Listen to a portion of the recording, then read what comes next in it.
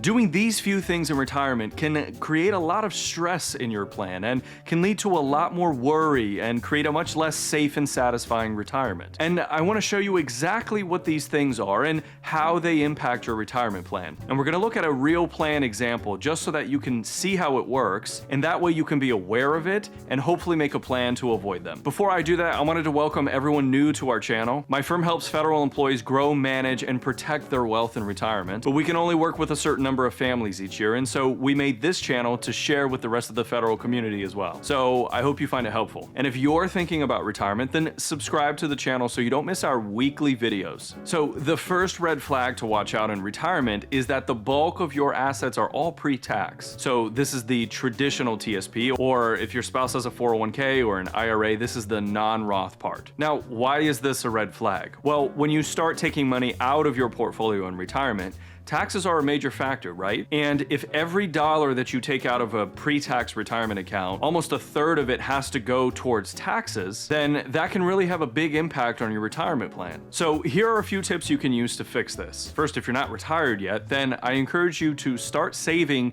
inside non-retirement accounts. So these are things like individual accounts, joint accounts, if you have a trust for your family, or you can also consider doing the Roth component as well in the TSP.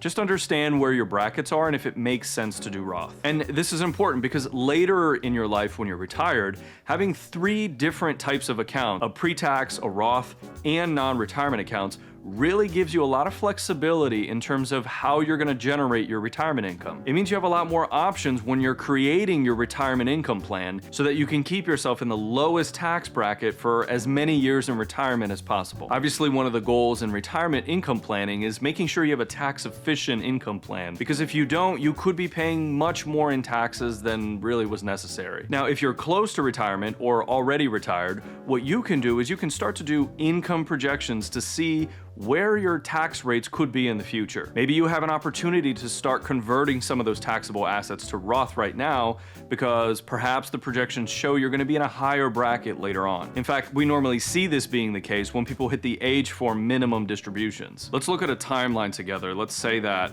this is when your required minimum distributions start. So under the new rules, it's 73 or 75, depending on when you were born. And let's say this is the date that you retire.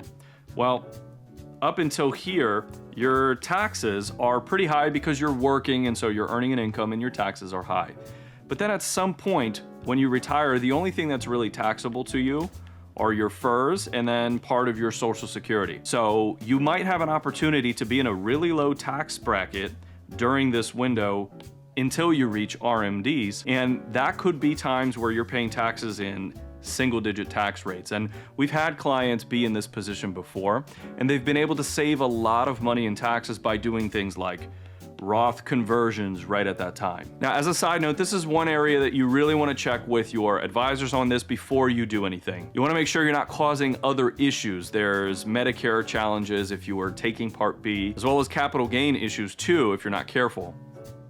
The next big red flag in retirement is when people make decisions without checking their retirement plan first. So for instance, sometimes we find people want to spend more on vacation earlier in their retirement because, hey, now they've got the time, they've got the energy, and they certainly have the money to do it, and so that's something they want to incorporate in their plan. And for this one, I want to show you a real example of a retirement plan. This is the system we use to plan with our clients, and you can see that this sample family looks like they're doing okay for now with their retirement plan. But let's say that maybe they want to spend twice as much on their vacations and traveling for the next 5 years or so. Like I said, they probably now have the time for it now that they're retired, and they certainly have the money to be able to do that. And so we'll look at the plan here and turn on this toggle and see that, hey, you know what? It's probably no problem to have this accelerated spending on vacation in early retirement. But then what if there's an emergency expense a few years after, or maybe they decide that they want to do a renovation in the house, or there's bad years in the markets or something like that? Well, all of a sudden, we can see that now there's a pretty big impact to their retirement.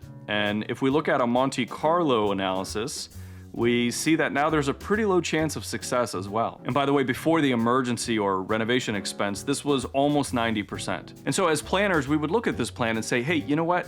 It looks like you can do some higher spending in early retirement on extra travel, but maybe this kind of level is pushing your plan just a little too hard. And so maybe we can take that number down just a bit so that it gives your retirement plan a little more room and a little more flexibility just in case. And folks, our clients tell us this kind of planning is so helpful for them. They say it gives them a much greater sense of confidence in their retirement plan, and it helps them think through decisions even before making them.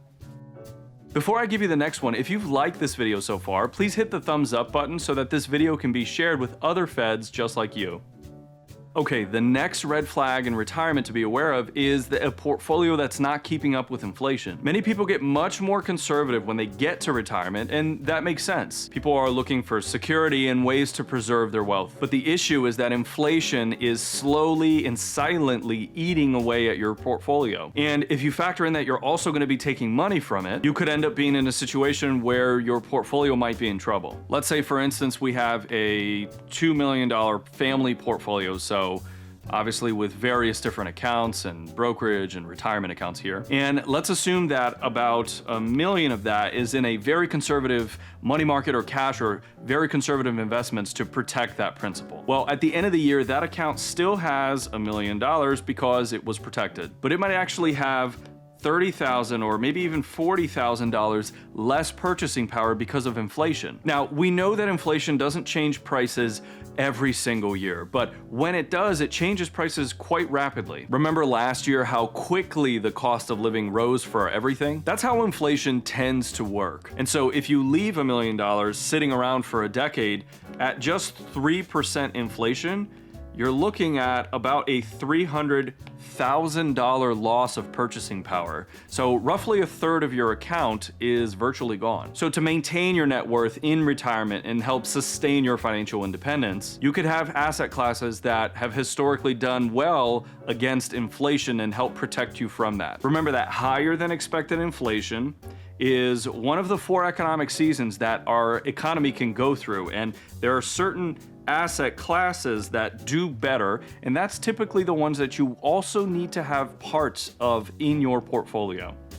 Folks, we're trying to help 300,000 federal employees by 2030, and we can't do it without your help. Obviously, we can't work with that many people personally, but we help people with these videos and with the newsletters that are free on our website. And so we'd love it if you'd help us build this community by sharing it with other federal employees or with your agencies. And of course, you can always be in touch with us with questions. Until next time, stay wise and stay wealthy.